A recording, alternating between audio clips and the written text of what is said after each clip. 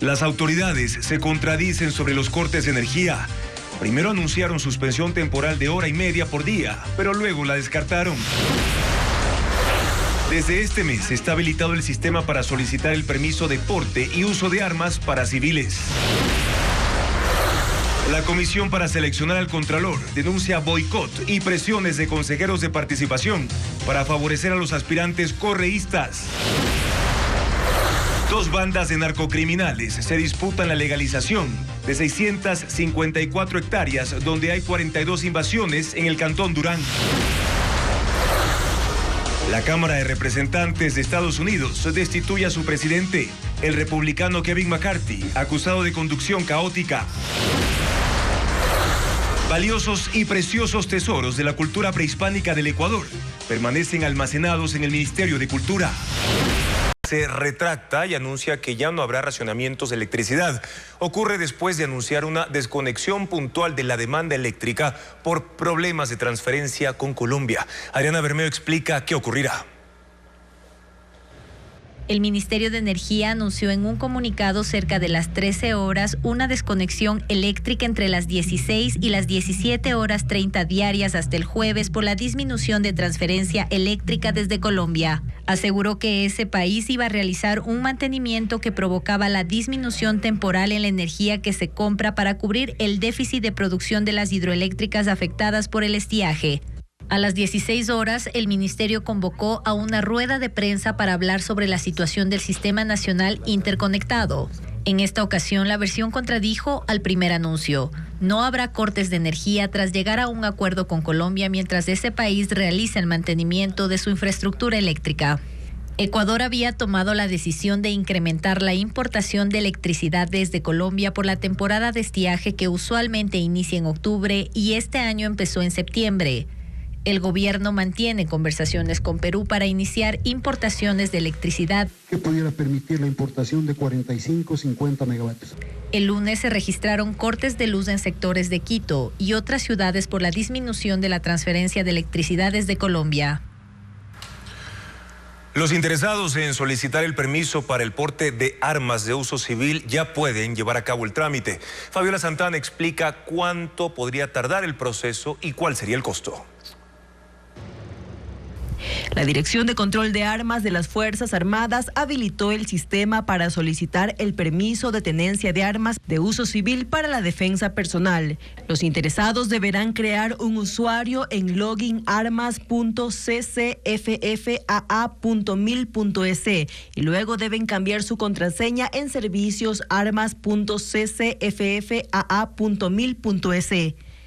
en donde están los repositorios para subir los documentos solicitados. El proceso desde la solicitud hasta la entrega del permiso y el arma por parte de las Fuerzas Armadas tomará alrededor de 2 meses y los trámites valdrán cerca de $400. Lo más costoso es el curso de manejo de armas. En una escuela de tiro, el entrenamiento personalizado por 20 horas para realizar 50 disparos cuesta $260. Cada bala, $2. El examen psicológico, $50. Los exámenes toxicológicos, $45. Y el certificado de porte de las Fuerzas Armadas, $30. El precio de las armas va de $1,500 a $3,000. Las más comercializadas en el país son las pistolas 9 milímetros, semiautomáticas con alimentadoras, revólveres calibre 38 y escopetas recortadas. Hace 6 meses, el presidente Guillermo Lasso emitió el decreto ejecutivo que devolvió a los ciudadanos civiles la posibilidad de portar armas luego de cumplir una serie de requisitos que están publicados en la página web de la Dirección de Control de Armas. En la actualidad, las Fuerzas Armadas tienen registradas 163,000 armas de uso civil, 54,000 en empresas de seguridad, 17,000 en personas naturales, 7,000 de uso deportivo y 270 de coleccionistas. En el sistema también podrá consultar los institutos habilitados para el curso, el listado de psicólogos para las evaluaciones y los centros de salud para las pruebas toxicológicas.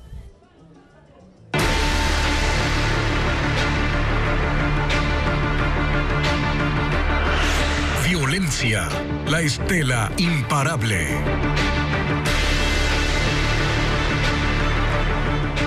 Dos bandas generan terror en las 42 invasiones de Durán en la provincia del Guayas. La policía investiga si están detrás del asesinato de un funcionario del registro de la propiedad y de amenazas contra otras dos. Merlin Ochoa con los detalles. En Durán nadie quiere hablar del tema, pero son 42 las invasiones consolidadas en 654 hectáreas, lo que representa el 40% de ese cantón de Guayas, y son dominadas por dos organizaciones criminales que se disputan el control.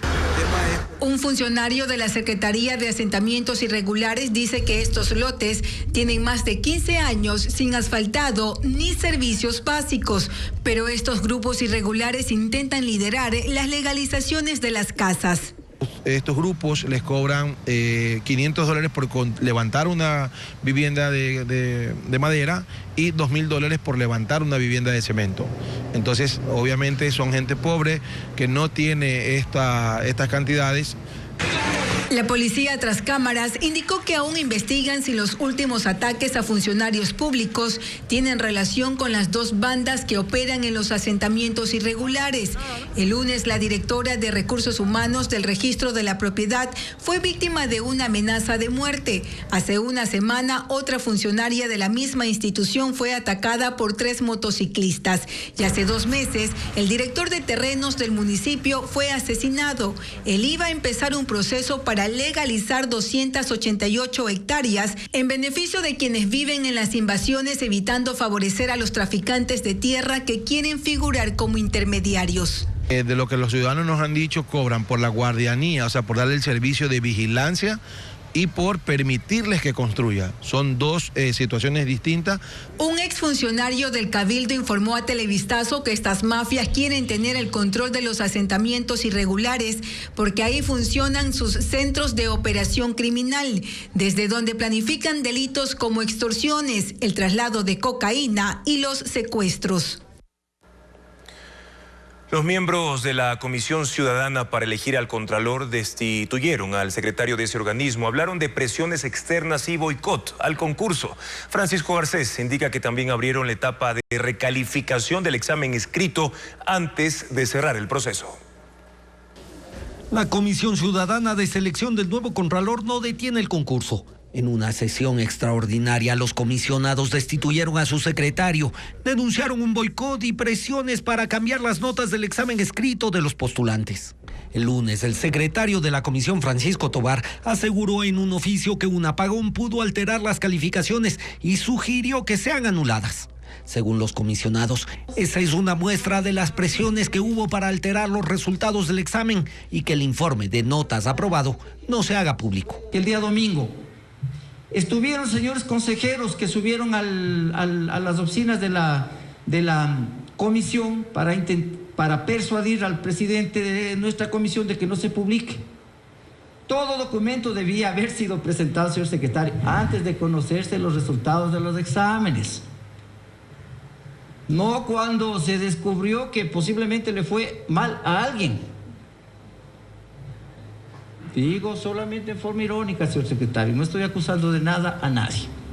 El resultado de los exámenes puso a Javier Torres a la cabeza del concurso para Contralor y desplazó al tercer puesto a Alejandra Vivanco y al sexto a Juan Falconía, a quienes se identifica con el correísmo. Recibí la visita de otros personajes, coordinadores de acá, que inducían que debíamos revisar nuevamente, escanear nuevamente los exámenes. Eso no está en el reglamento. Eso es antilegal. ¿Sí? Y yo llamo a la cordura y llamo también, si es posible, a que se cuide donde están los exámenes, el data center. Los comisionados desecharon el pedido de Tobar para revisar el resultado de los exámenes y le acusaron de entorpecer el concurso por no notificar los resultados. Cometió un delito, usted cometió un desacato. Eso es la falta grave que usted ha cometido, señor secretario. Esto es un concurso súper importante, por no decir el más importante del país.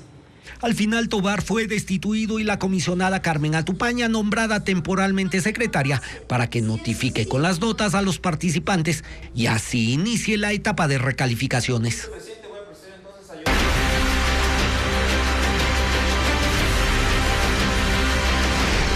Elecciones 2023. Camino a Carondelet. ¿Cómo se conocerán los resultados de la segunda vuelta presidencial del 15 de octubre? El Consejo Electoral ofrece publicar las primeras actas con resultados oficiales a las 6 de la tarde, mientras que 5 empresas tienen autorización para el exit poll que podrían dar datos de sus encuestas a boca de urna a partir de las 5 de la tarde, como informa Patricio Díaz. Hay 4 empresas y una persona natural aprobadas para hacer exit poll. Ellos son los únicos que, si deciden hacerlo, podrán presentar resultados de sus encuestas a boca de urna a las 5 de la tarde del domingo 15 de octubre. Las empresas acreditadas son CIES, Click, Corpmont Marketing, Cedatos y la persona natural Luis Esteban Lapo. Ellos estuvieron aprobados también para la primera vuelta. Los únicos que realizaron el exit poll en agosto fueron Corpmont Marketing y Luis Esteban Lapo. Ambos dicen que analizan aún la posibilidad de hacerlo nuevamente, al igual que Cedatos y Click, que también revisan las posibilidades, el presupuesto y la seguridad para definir si lo realizan o no. En CIES no se pudo conseguir una respuesta. El Consejo Electoral les exige confirmar si van a realizar las encuestas a boca de urna y entregarles los resultados a las 16:30 del domingo, además de los datos técnicos y metodológicos. Los resultados oficiales, mientras tanto, se empezarán a conocer a partir de las 6 de la tarde, pero serán las primeras actas que ingresen al sistema del CNE y puedan visualizarse por los ciudadanos mediante la página web del Consejo y la aplicación para teléfonos del CNE. Los resultados se irán consolidando progresivamente durante la noche. Un porcentaje aproximado de un 50% a las 8:30 de la noche. Se espera que el mismo domingo esté consolidado al menos un 90% de los resultados, tomando en cuenta la posibilidad de inconsistencias o demoras en el escrutinio en el exterior. La imagen de Álvaro Noboa ha tenido un impacto muy significativo en la campaña de su hijo Daniel. Aporta frescura a una contienda electoral que era demasiado sobria y ha servido para conectar con algunas audiencias que ven como un meme al magnate. Luisa María Heredia con el análisis. La imagen del empresario y ex candidato a la presidencia Álvaro Noboa en la campaña de su hijo Daniel Noboa tiene un claro efecto disruptivo. No cuenta con un peso tan fuerte como para endosar un caudal de votos, pero por su estilo, que es muy natural y característico, le aporta carisma. Con sus ocurrencias le da un toque jocoso que contrarresta el carácter introvertido de Daniel Noboa. Hasta en la candidatura del presidenciable admiten que Álvaro Noboa es un meme para los jóvenes. Lo que hizo fue tomar estos episodios quizás chistosos o cómicos, reutilizarles y darle un contexto en la campaña. Entonces sí es un punto a favor porque quizás muchos de los jóvenes lo vieron pero no entendían quién era. Los stickers y demás imágenes con frases de Álvaro Noboa que siempre se viralizan han hecho que quienes no conocen al padre de Daniel Noboa igualmente lo identifiquen y hasta sientan empatía con él. Verlo y oírlo les saca una sonrisa. En tiempos de conmoción y de apatía política, es una ayuda para Daniel Noboa y su candidatura. Para romper un poco la pasividad del elector actual que no está tan interesado en política, que es refractario a los partidos políticos, son una forma de llegada muy buena hacia los indecisos. Ecuatorianos,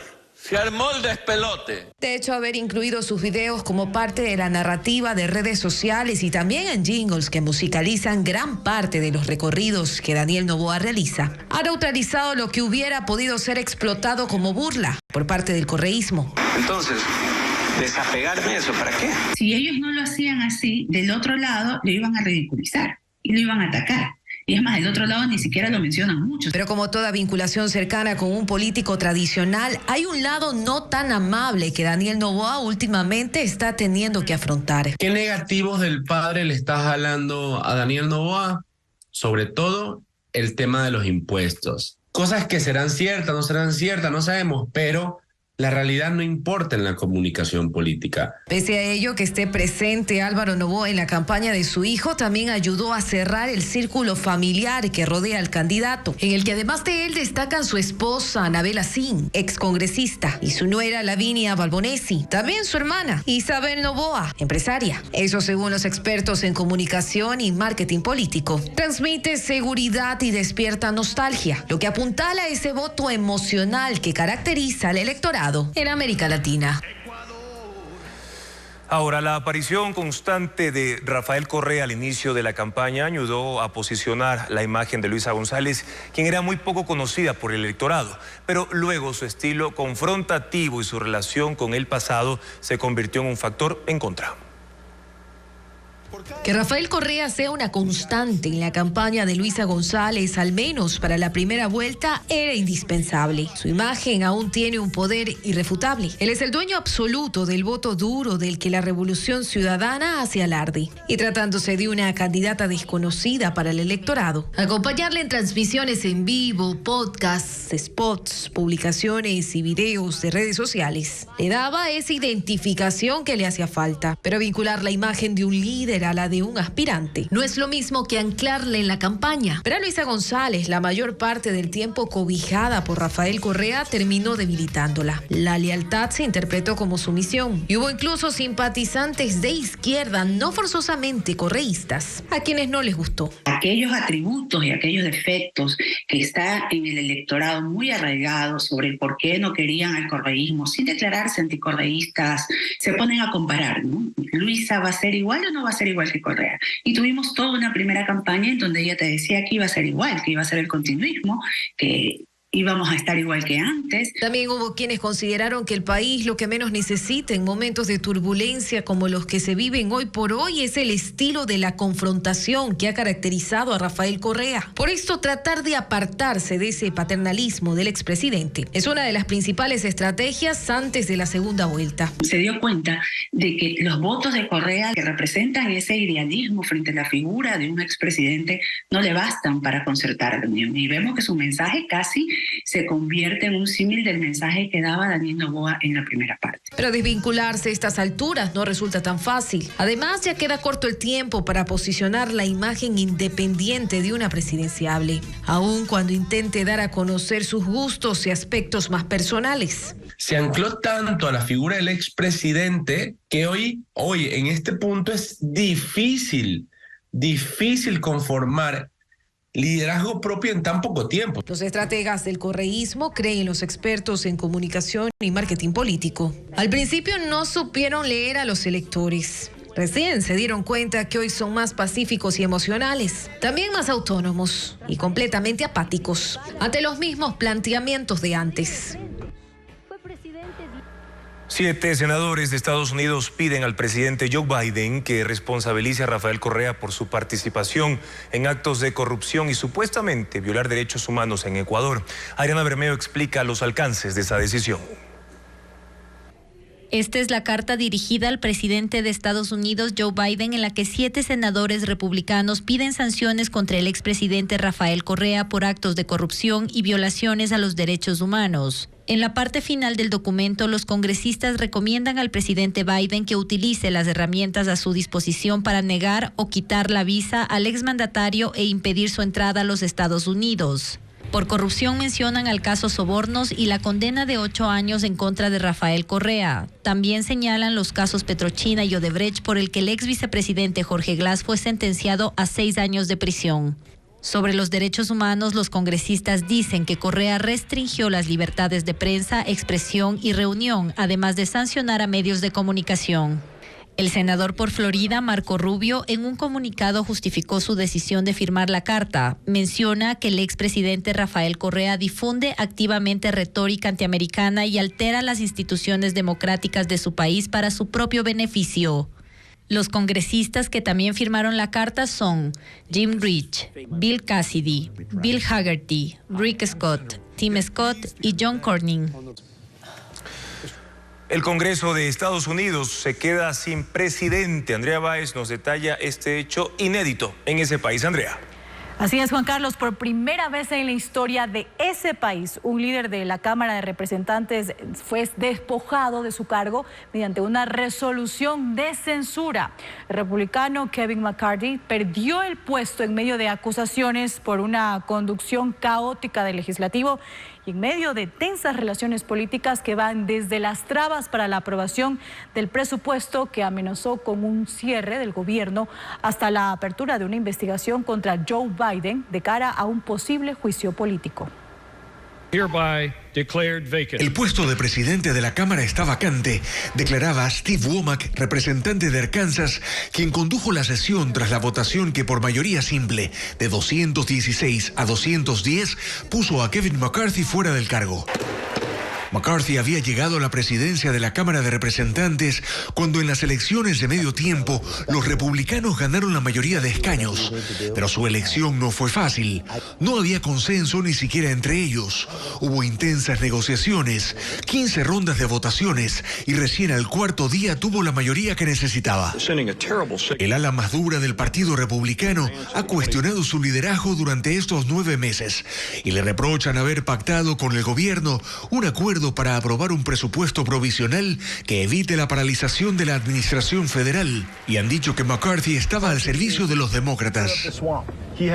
Su principal rival, Peter Gaetz, también republicano, elevó una moción para destituirlo y McCarthy, que en general ha tenido poco apoyo bipartidista, fue cesado con una mayoría de votos demócratas, pero también de su partido. La Cámara de Representantes queda ahora bajo un interinazgo y los congresistas deberán escoger a un nuevo presidente, sin que exista una opción que claramente pueda tener apoyo mayoritario en medio de divisiones en el Partido Republicano.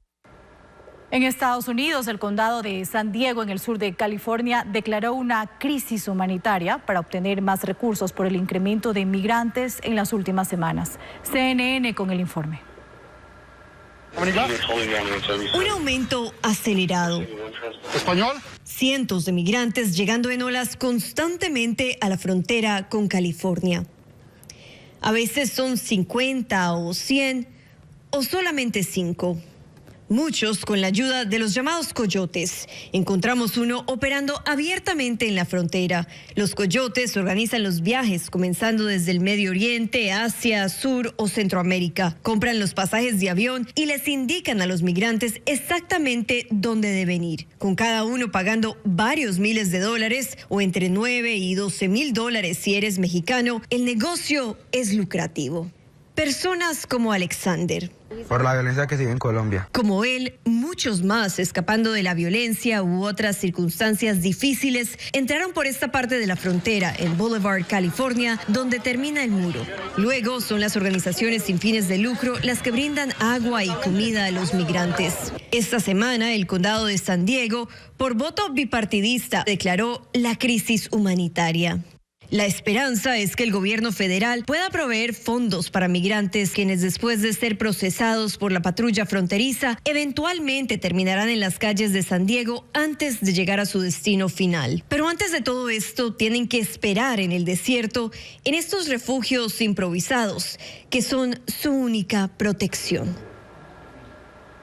Hacemos una pausa, pero al volver, una fuerza multinacional aprobada por el Consejo de Seguridad de la ONU intervendrá en Haití ante la criminalidad que afecta a ese país. Además, más de 30 naciones, entre ellas Ecuador, se reúnen por la lucha contra las drogas. ¿Qué estrategias se están definiendo? Ya le contamos.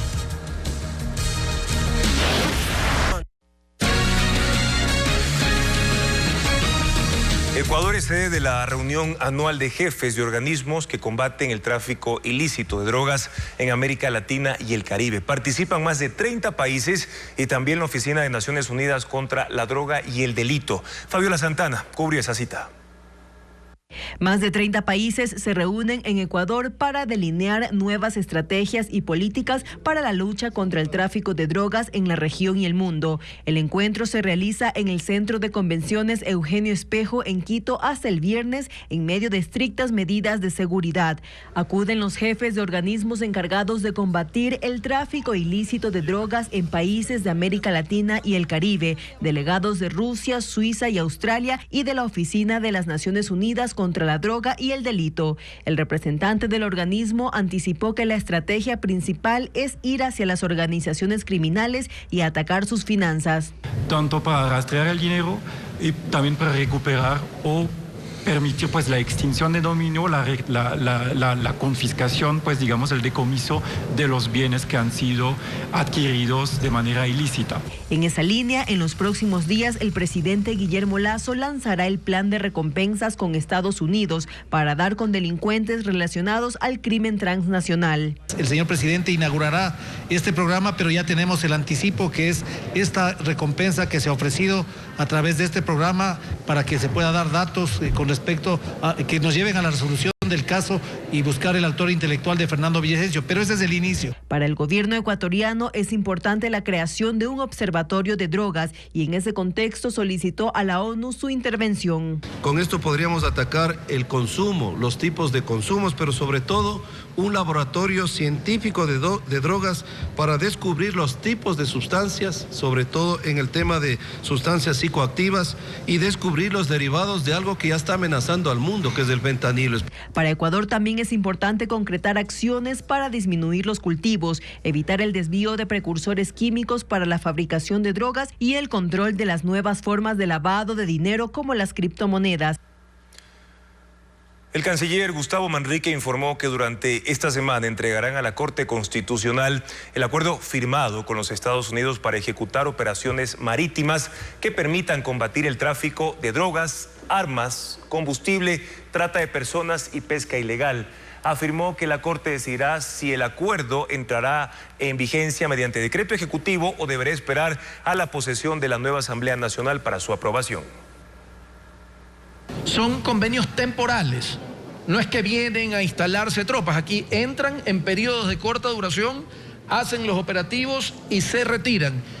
Y para este efecto, las autoridades ecuatorianas se embarcan en los barcos extranjeros para no perder soberanía y para que sean nuestras autoridades quienes toman las decisiones trascendentales que haya que tomar en materia de la operación. En la final de la Copa Sudamericana para Liga Deportiva Universitaria. Más de 8.000 piezas de oro, plata, platino y cobre están guardadas en la Reserva Arqueológica del Ecuador. El espacio alberga joyas de culturas que llegaron hace miles de años al país. Diego Puente con más detalles. Ecuador tiene un tesoro. Un cuarto lleno de oro, plata y cobre que está restringido al público, solo abierto a expertos e investigadores. Es la Reserva Arqueológica de Metales del Ministerio de Cultura, donde están catalogadas 8.000 piezas que pertenecieron a las culturas Bahía, Jamacoaque, La Tolita, La Florida, Capulí, Cañar, Puruá, Inca, entre otras. Hay piezas que por su valor histórico están incluso en cajas fuertes. Aquí están objetos que no eran vistos de mucho tiempo.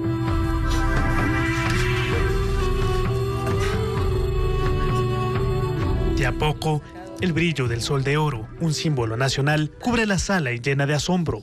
Es una joya realizada por la cultura La Tolita, ubicada en la actual Esmeraldas. Luce perfecta, a más de 2.300 años de su elaboración. Los bienes son originales. Puedo dar fe que son originales. Se tejen muchas historias de que se lo han vendido, que lo han sacado, que ya están en pedazos y que se ha hecho una réplica. Esto no sale por seguridad. La Tolita manejó el oro y el platino con gran destreza. Sus habitantes usaron técnicas como la filigrana o la cera perdida. Hay hachas de cobre que datan de hace 3.800 años. También ajuares funerarios, cascos, pecheras, bastones de mando, collares. Además están los objetos con los que los fabricaban y que son una constancia de los saberes de antaño. En forma de cucharón. Y aquí hay una evidencia, porque está la rebaba. Es decir, aquí hay la evidencia de que ha sido introducida varias veces al fuego. El 100% de las joyas metálicas son de carácter fúnebre o decorativo. Algunas fueron encontradas en tumbas, otras compradas a coleccionistas y algunas rescatadas por arqueólogos. Mientras no exista un lugar con seguridades para su exhibición, este patrimonio permanecerá guardado.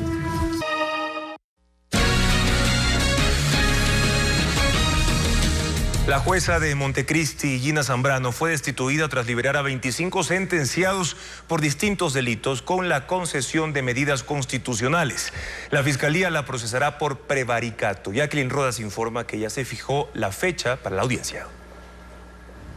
Esta madrugada, el Pleno del Consejo de la Judicatura destituyó a Gina Zambrano, quien como jueza de Montecristi, en Manabí, emitió 25 acciones de protección, medidas cautelares y boletas de excarcelación a favor de sentenciados por asesinato, tráfico de drogas, delitos sexuales y sicariato. En marzo pasado, además, liberó a 2 condenados que cumplían 34 años de prisión en la cárcel de Turi por el femicidio de Berta Minchala y Cristina Palacio en Cuenca, pese a no tener competencia porque los hechos ocurrieron en otra provincia. Tras el reclamo del gobierno, dispuso su recaptura. Pero la sanción administrativa no es la única que enfrenta Gina Zambrano. La Fiscalía le abrió una investigación penal por prevaricato, es decir, por actuar en contra de la ley. Allanó su despacho y va a formularle cargos. La audiencia para procesarla será el próximo martes 10 de octubre. Entre los argumentos en su contra, se la acusa de usurpar funciones exclusivas de los jueces penitenciarios y de inobservar sentencias que delimitan la actuación de los juzgadores al momento de resolver acciones constitucionales.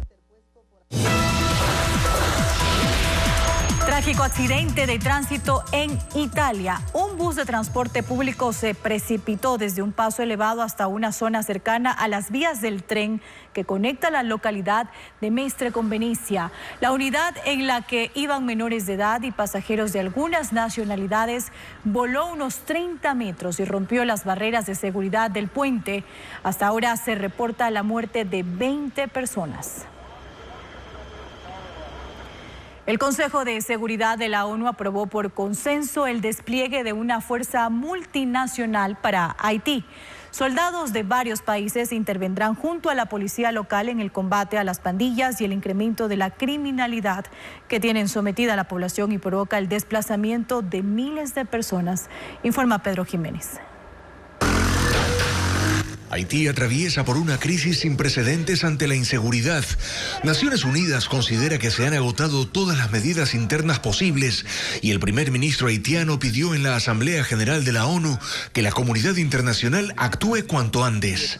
Ecuador y Estados Unidos presentaron una resolución para autorizar que una fuerza multinacional apoye a las autoridades locales haitianas, iniciativa que fue aprobada con 13 votos de 15 y abstenciones solo de China y Rusia durante la más reciente sesión del Consejo de Seguridad de la ONU. La misión dará durante un año apoyo a la policía haitiana ante una oleada de violencia sin precedentes, con secuestros, violencia sexual, la trata de personas y el tráfico ilícito de armas. La fuerza internacional estará liderada por 1.000 policías y militares enviados desde Kenia y se unirán brigadas de otros países. La misión es neutralizar a bandas armadas, proteger a civiles, restablecer la paz y luego, si es posible, ayudar a reconstruir la infraestructura vital en Haití. País donde las bandas criminales se han tomado zonas antes consideradas como seguras, con pandillas que van en aumento, violaciones, saqueos masivos y quema de casas que han obligado a mucha gente a salir de sus barrios. Hay 200.000 personas que han huido desde enero. Son desplazados internos que no tienen dónde ir. El gobierno de Malasia se alista para sembrar nubes y combatir la contaminación del aire derivada de centenares de incendios en la vecina Indonesia. Esta es una técnica para manipular el clima y provocar lluvias.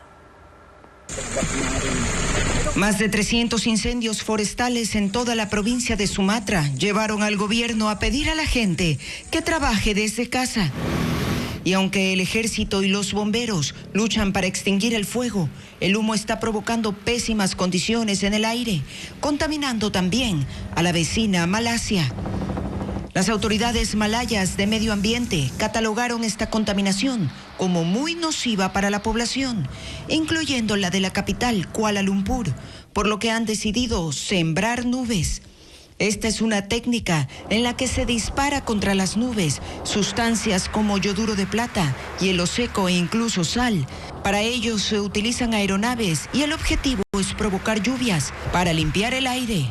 La misión puede tomar varios meses según los resultados, mientras que en tierra una operación similar ayuda a aclarar el ambiente. Malasia acusa a Indonesia de estar causando esta polución por la quema de residuos de plantaciones de aceite de palma y otros cultivos. Momentos de angustia vivió un niño en Guatemala cuando la moto en la que se trasladaba fue arrastrada por la corriente tras una inundación en el sur del país. Su padre logró evitar que también se lo llevara al menor, lo subió a un auto para ponerlo a salvo y se dejó llevar por el agua para intentar recuperar su motocicleta. Por ahora se desconoce el paradero del hombre, mientras que el menor está ileso. Es que no se puede. En Francia, las autoridades de París piden ayuda al Estado por una plaga de chinches. Los insectos están en tapicerías y asientos, el transporte público, como trenes, aviones e incluso en cines y hospitales. Aunque todavía no hay datos actualizados sobre el alcance de esta plaga, las empresas de desinfección y los usuarios aseguran que estos minúsculos parásitos del tamaño de una pepita de manzana están en todas partes y se alimentan de sangre humana. Hay campañas de limpieza para eliminarlos, pero muchos de estos animales han adquirido inmunidad a los químicos. Una mujer de 104 años se convirtió en la persona con mayor edad en saltar en paracaídas. Dorothy Goffner saltó desde una avioneta a más de 4.000 metros de altura.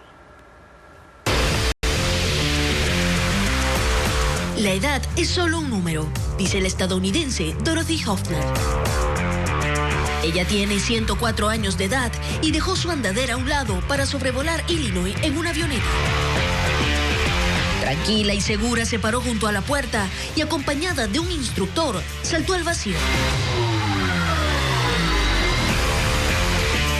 Dorothy se convirtió en la persona con mayor edad en saltar en paracaídas y lo hizo a una altura de 4.100 metros. No es la primera vez que lo hace. Dorothy celebró su centenario haciendo lo mismo. 7 minutos duró el descenso hasta que aterrizó en la hierba. Tras la hazaña, esta amante de la adrenalina solo piensa en el futuro y dice que su próxima aventura será volar en un globo aerostático.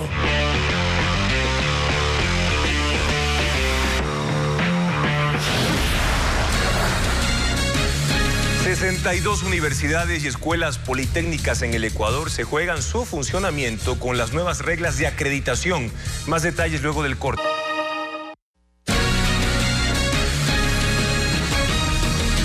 Las universidades y escuelas politécnicas tienen un nuevo modelo de evaluación. Son 6 los criterios que deberán cumplir para conseguir la acreditación, como le explica Luis Alfredo Zúñiga. Son 62 universidades y escuelas politécnicas en el Ecuador que tendrán que cumplir con un nuevo modelo de evaluación para acreditarse y seguir operando. El Consejo de Aseguramiento de la Calidad de la Educación Superior, CASES, lo preparó este año y ya fue entregado. Son 6 criterios que se tomarán en cuenta: condiciones institucionales, docencia, condiciones del personal académico y estudiantes, investigación e innovación, vinculación con la sociedad y sistema de aseguramiento de la calidad. Dentro de esos parámetros se evaluará la infraestructura, oferta académica, atención a las necesidades de docentes y alumnos, publicaciones científicas, contar con la plana de profesores necesaria, ejecución de proyectos con la comunidad, entre otros. Y para esto se necesita cumplir al menos con el 80% de los indicadores para cada criterio. Otro punto fundamental del nuevo modelo es la autoevaluación constante. El CASES examinará que las universidades se propongan planes de mejora y los cumplan en un determinado tiempo. Este es un tema que es para todas las universidades del Ecuador y escuelas politécnicas, independientemente de si son públicas o si son particulares. Las universidades van a tener durante 7 años la acreditación. Pese a que hay cambio de gobierno, esto no se altera para nada. Hay universidades que ya han examinado los parámetros y destacan algunos puntos como positivos. Ahora tiene un porcentaje importante, también incluir a las mujeres dentro de la dinámica de la universidad, de los puestos de dirección. Antes nosotros poníamos, por ejemplo, solo hombres a trabajar o a ser representantes, a ser decanos, a ser directores. Ahora no, ahora es una exigencia que tenemos que incluir en la misma porcentaje para todos. Ya con las variables a cumplir en mano por parte de las instituciones superiores, en 2026 será la evaluación para acreditarse. En caso de no cumplirla, no se cerrarán, sino que deberán iniciar tener un plan de mejoramiento para ejecutarse en 2 a 3 años. La llegada inminente del fenómeno del Niño evidencia la vulnerabilidad de la infraestructura de las viviendas. El Colegio de Arquitectos de Pichincha tiene ya un proyecto semilla para reforzarlas. Sin embargo, depende de que la empresa privada aporte bajando costos. Carla Delgado con el informe. En el barrio La Roldós, en el norte de Quito, el 50% de las viviendas se hizo informalmente. Es decir, que no contaron con la guía técnica. Gabriel dice que por la escasez de recursos, él mismo y un albañil construyeron la casa hace más de 20 años. Ahora apenas pudo hacer algunos arreglos porque temía que la construcción se venga abajo. En este sector al menos una decena de casas recibió asesoría del Colegio de Arquitectos de Pichincha en 2019 para reforzar sus viviendas. Incluso la empresa privada ayudó para que el costo de materiales y mano de obra sea gratuita. El acercamiento se hizo mediante los líderes comunitarios. Por ello, el Colegio de Arquitectos pretende retomar este proyecto. En la primera fase, que ya inició, se dará asesoría gratuita a quienes tengan vulnerabilidad en sus construcciones. De hecho, aquí en la entidad viene mucha gente a asesorarse y entonces sí podemos dar asesoría gratuita a las personas. Esto a propósito de la inminente llegada del fenómeno del Niño, al que se le atribuyen intensas lluvias e inundaciones, y que pone nuevamente sobre la mesa la seguridad de las viviendas, tomando en cuenta que en Quito la informalidad en la construcción ha crecido en un 60%. La idea del proyecto es avanzar a una segunda fase, para que puedan intervenir construcciones vulnerables de ciudadanos en zonas periféricas. ¿Y qué es reforzar? Reforzar significa enchapar, poner malla y cemento en las paredes que son de bloque. La empresa privada estuvo dispuesto a poner, por ejemplo, la gente que tiene acero, estaba dispuesto a bajar considerablemente para este proyecto los valores de las mallas o el cemento o el hormigón. Entonces, digamos, es una estructura mancomunada la que planteamos nosotros, pública-privada. El Colegio de Arquitectos de Pichincha llama a las autoridades a prevenir.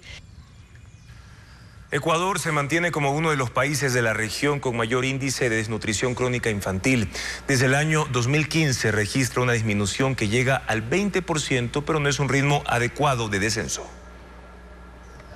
Ecuador avanza a paso lento en la lucha contra la desnutrición crónica infantil, según el análisis presentado este martes en Quito por el representante del Grupo Interagencial de la ONU. Las cifras muestran que en Ecuador en 2006 la desnutrición crónica infantil se ubicó en un 21.6%. En 2015 subió al 24.8%. A partir de ese año las cifras bajaron. En 2022 alcanzó un 20.1%, pero el ritmo de descenso no es el adecuado. Lo óptimo es bajar un punto porcentual cada año. En Ecuador, el promedio es del 0.6%. No hay una relación en el nivel de desarrollo económico, productivo, social del país con los niveles de desnutrición crónica. Ecuador se ubica junto con Honduras en el tercer puesto de mayor prevalencia de desnutrición crónica infantil de la región. Solo tiene mejores cifras que Guatemala y Haití. Lo importante es que la política pública esté diseñada y que tenga continuidad. Uno de los problemas que ha tenido también Ecuador, que ha habido mucha fragmentación. Se ha habido muchos programas que duraban 1 año, 2 años, se cortaban, se repensaban. Otro problema es no contar con información actualizada cada año. Pasaron 5 para que se publiquen los resultados de la encuesta nacional sobre la desnutrición crónica infantil. 2 empresarios sentenciados junto con Rafael Correa en el caso Sobornos presentaron el recurso de revisión para echar abajo su condena. El Tribunal de Ejecución los aceptó a trámite y ahora pasarán al Tribunal de Revisión de la Corte Nacional. Jacqueline Rodas con más detalles. Se ensaya un nuevo intento por echar abajo la sentencia del caso Sobornos, que está en firme para los 20 condenados, entre ellos el expresidente Rafael Correa, el exvicepresidente Jorge Glass, ministros de su gobierno y 10 empresarios que, según el fallo, pagaron coimas a cambio de contratos con el Estado. Presentaron un recurso de revisión Ramiro Galarza, dueño de la empresa Concermín, sentenciado a 8 años de prisión, y Alberto Hidalgo de la constructora Hidalgo & Hidalgo, condenado a 2 años y y 8 meses como cómplice. El Tribunal de Ejecución los aceptó a trámite y los remitió a la Sala Penal de la Corte Nacional. Pasarán a análisis del Tribunal de Revisión, que está conformado por los jueces Felipe Córdoba, Byron Guillén y Luis Rivera, quienes acaban de beneficiarse de la extensión de sus funciones hasta el año 2030, gracias a una resolución del Consejo de la Judicatura. Se trata de un recurso extraordinario que requiere la presentación de una prueba nueva que no se haya conocido en el juicio. Si se acepta, podría anularse la condena para todos. Galarza e Hidalgo están prófugos. Se conoce que uno de ellos tiene previsto presentar un peritaje realizado por una empresa colombiana, alegando que el disco duro del computador, donde se encontraron los denominados archivos verdes, con el registro detallado del pago de sobornos, fue alterado. No es la primera vez que un condenado en este caso intenta anular la sentencia. El año pasado, Alexis Mera presentó un recurso de revisión, pero fue rechazado.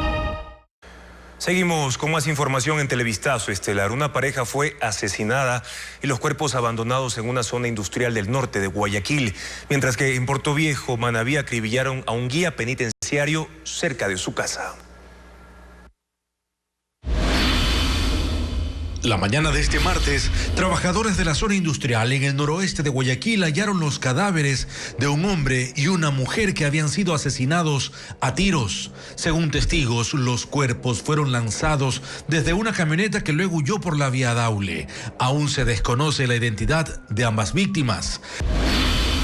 En el barrio California, en Portoviejo, acribillaron a un agente penitenciario a pocos metros de su casa. Ocurrió cuando el funcionario había terminado su turno en la cárcel El Rodeo, en las afueras de esa ciudad.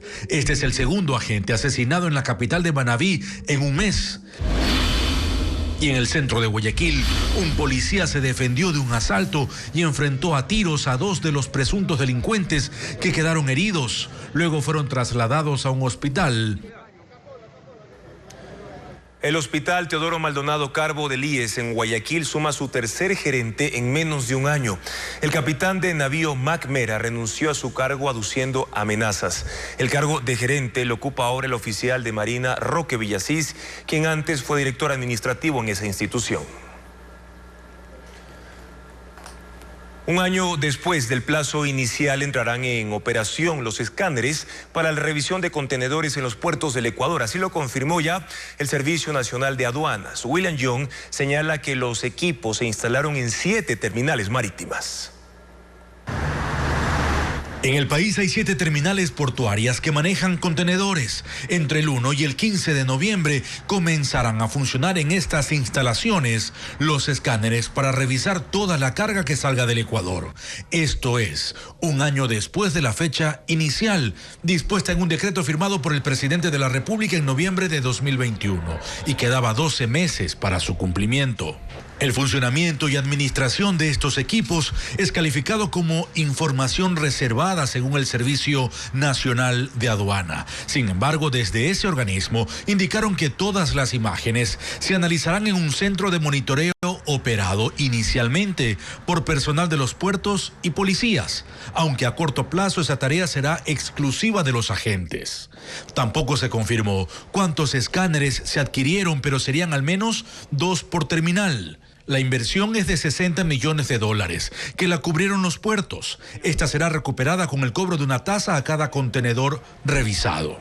Desde la Asociación de Terminales Portuarios Privados indicaron que están cumpliendo con el proceso de implementación de escáneres de acuerdo a las directrices del gobierno y en coordinación con el SENAE, aunque por seguridad mencionaron que no revelarán detalles de este proceso. Actualmente en el Ecuador solo el 10% de los contenedores es revisado de forma manual, pero con los escáneres esperan llegar al 100% hasta marzo de 2024. El principal objetivo es detectar la carga contaminada por narcos. El año pasado en los puertos del país fueron decomisadas 69 toneladas de droga.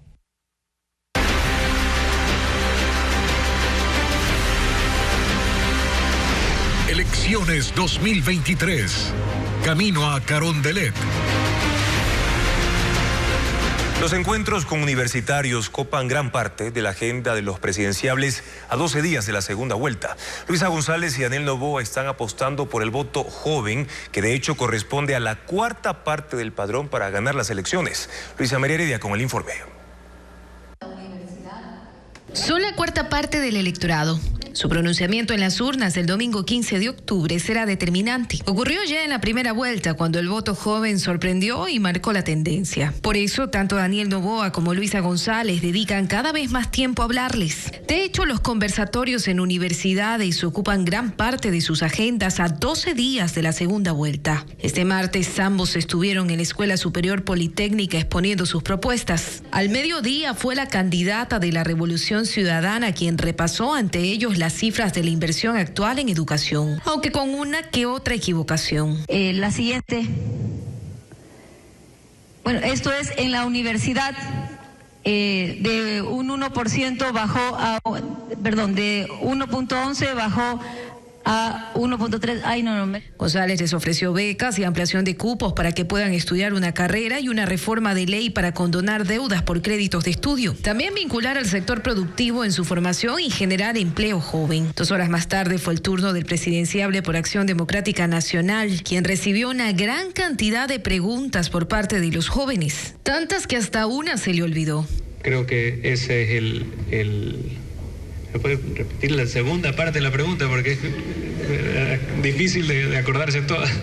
Noboa explicó el mecanismo que piensa aplicar para abrir plazas de trabajo para los jóvenes en la empresa privada y que consiste en deducciones tributarias. Y habló de la reducción de intereses en créditos para emprendedores. Debido a esto, Luisa González estuvo también en la Universidad de Guayaquil en otra cita con jóvenes, mientras que Daniel Noboa hizo lo mismo en una concentración en Babahoyo, provincia de Los Ríos, que terminó en una caravana. Son 3.400.000 electores de entre 18 y 29 años de edad los que irán a las urnas. Una población golpeada por la ola de violencia y la falta de oportunidades, que está atenta a las propuestas.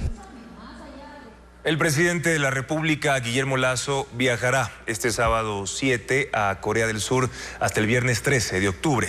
La comitiva que lo acompañará durante 7 días estará integrada por el canciller Gustavo Manrique y el ministro de Producción, Daniel Legarda. Lo acompañarán además miembros de seguridad, protocolo y comunicación. El mandatario indicó que tendrá una reunión bilateral con su homólogo coreano, Yoon Suk-yeol, para buscar un preacuerdo comercial entre los dos países. Atraer inversión extranjera, hacer al país más atractivo al turista y también reducir impuestos son parte de las iniciativas que los miembros del sector turístico consideran necesarias para que Ecuador pueda tener un aeropuerto que sea un centro de interconexión aérea.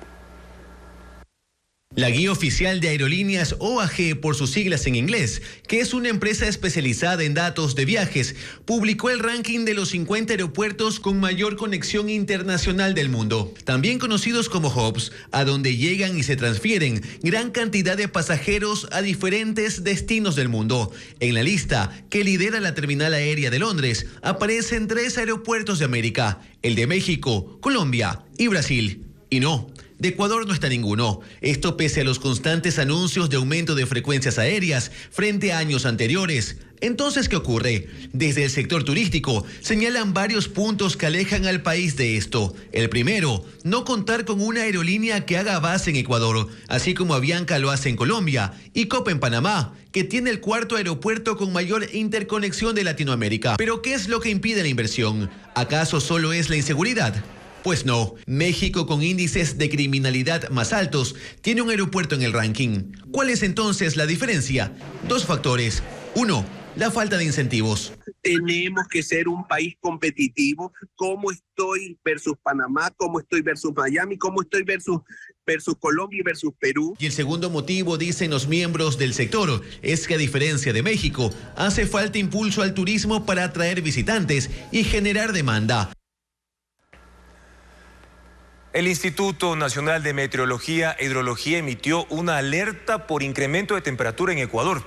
Desde hoy, 3 de octubre, hasta el sábado 7, habrá altas temperaturas en todo el país, pero serán 5 provincias las que registrarán una ola extrema de calor y un nivel muy alto de radiación ultravioleta. Las zonas más afectadas son las provincias amazónicas, por ejemplo, Sucumbíos, Orellana, Pastaza y también Morona Santiago, mientras que en la región litoral, Guayas, donde se espera un registro extremadamente alto de radiación. El INAMI hace un llamado a la ciudadanía a no exponerse al sol entre las 10 de la mañana y las 4 de la tarde, además tomar precauciones como por ejemplo el uso de gorra, sombrilla, también gafas, ropa manga larga y bloqueador solar, sin importar que el día se presente nublado o parcial. Las carreras deportivas van ganando seguidores. Este año cerrará con al menos 64 competencias de este tipo en las que participan miles de atletas. Diego Puente tiene cifras sobre el impacto económico de estas actividades. Corriendo o caminando, con ropa deportiva o disfrazados. Así disfrutan miles de ecuatorianos las carreras atléticas. Cerca de 50 competencias se han desarrollado este año y faltan por celebrarse 14 más hasta diciembre. La cifra es superior a las 45 registradas en el 2022. Todo esto genera cientos de miles de dólares que mueven la economía. Las competencias con mayor número de participantes se dan en Quito. 3 de ellas superan los 15,000 inscritos. Los costos de inscripción varían entre los 20 y 35 dólares. Keep Running es una empresa guayaquileña que organiza este tipo de eventos. En cada una de sus competencias buscan innovar. Este año, por ejemplo, organizarán una competencia de disfraces en la noche con motivo de la celebración de Halloween. La organización de una carrera puede costar entre 25,000 y 100,000 dólares. Depende de la distancia, el cierre de calles, las seguridades, el show artístico, los premios o si se entregarán medallas o equipamiento como chips o camisetas a los corredores. Nosotros demandamos un promedio de 15,000, 20,000 camisetas, 15,000, 20,000 medallas, 15,000, 20,000 bolsos al año. ¿Ok? Entonces eso mueve la industria manufacturera, la industria textil, la industria artesanal. Policía Héroes de Paz es una competencia con fines benéficos. Tiene 17 años. En su primera edición participaron 3,000 personas. En la última corrieron 16,000 atletas en Quito y Cuenca. La organización de un evento así puede llevar hasta 6 meses. Pues se estima alrededor de un rédito de unos 50,000 dólares para la fundación y 50,000 dólares para la federación, que también nosotros nos dedicamos a impulsar el ámbito deportivo dentro de la institución policial. Por salud, seguridad al correr sin tráfico vehicular o por mejorar el nivel competitivo de cada participante, las competencias atléticas viven un boom. Incluso ahora se hacen eventos para niños y hasta para mascotas.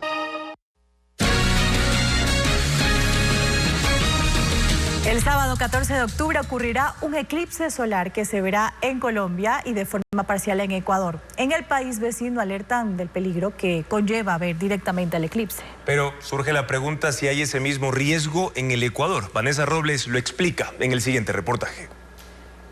Un nuevo acontecimiento astronómico sucederá este sábado 14 de octubre, cuando la luna se interponga entre el Sol y la Tierra, sin cubrir totalmente la vista del astro. Esto permitirá apreciar un anillo de fuego brillante en el espacio. La NASA informó que el eclipse anular de Sol cruzará América del Sur en Colombia y Brasil, pero también será visible en todo el Ecuador como un eclipse solar parcial, según el Observatorio Astronómico de Quito. Iniciará a las 11:51 hora Ecuador continental. El máximo se producirá cerca de las 13 horas 37 minutos. Allí estará cubierto en un 86%. El evento finalizará a las 15 horas 16 de la tarde. Entre las recomendaciones para observarlo constan usar gafas especiales o lentes de soldadura número 12 o 14. Cada observación no debe superar los 30 segundos aún con estos instrumentos. Los telescopios tienen que estar equipados con filtros solares certificados. Aunque el eclipse no sea total, la radiación que emana puede causar lesiones permanentes. A veces por juego dirigen la mirada al sol entre niños a ver quién aguanta más. La mácula, que es la parte central de la retina, la que usamos para leer, sí puede quedar definitivamente dañada. El fenómeno también será visible en Estados Unidos, México, América Central y pasará sobre el norte de Brasil antes de terminar el atardecer en el Océano Atlántico. Un libro sobre la maternidad reúne 41 historias y testimonios de madres adolescentes y de cómo fue la crianza de un hijo en el confinamiento por la pandemia. Una parte de lo que se recaudará será destinado para ayudar a madres adolescentes en situación vulnerable. Más detalles en el siguiente reportaje. Relatos de Mamá sin etiquetas reúne 41 testimonios de mujeres madres y vivencias de la maternidad. El libro fue presentado el pasado viernes en un centro comercial de Quito. Busca mostrar cómo es ser madre en Ecuador en la actualidad. Hay 4 historias de embarazos en la adolescencia, como el de Rosa, que dio a luz cuando tenía 17 años. Cuenta lo difícil que se le hizo estudiar una carrera universitaria y dedicar tiempo para su hija. Dice que el momento más duro fue cuando su pequeña dejó de llamarla mamá. Y que de la noche a la mañana me viera, como yo dije, ¿sabes? Como un mueble más de la casa, es como que yo no sé quién eres, tú eres una desconocida en mi entorno. Sí me marcó bastante, la verdad. Me costó mucho volver a recobrar esa confianza con mi hija, porque incluso ya, en vez de decirme a mi mamá, le comenzó a decir a la abuelita mamá. La historia de Juliana, en cambio, es la de una madre soltera en medio de la pandemia. Por el confinamiento, a su hijo le costó relacionarse con otras personas. Juliana estaba preocupada por la reacción de su hijo en su primer día en la guardería. Y bueno, pues mi hijo cogió y me dijo, adiós mamá, estoy listo para quedarme, y yo me quedé más bien con el corazón destrozado. Una parte de lo que se recaudará en las ventas del libro será destinado a la Fundación Alfredo Gijón, que ayuda a madres adolescentes en situaciones vulnerables.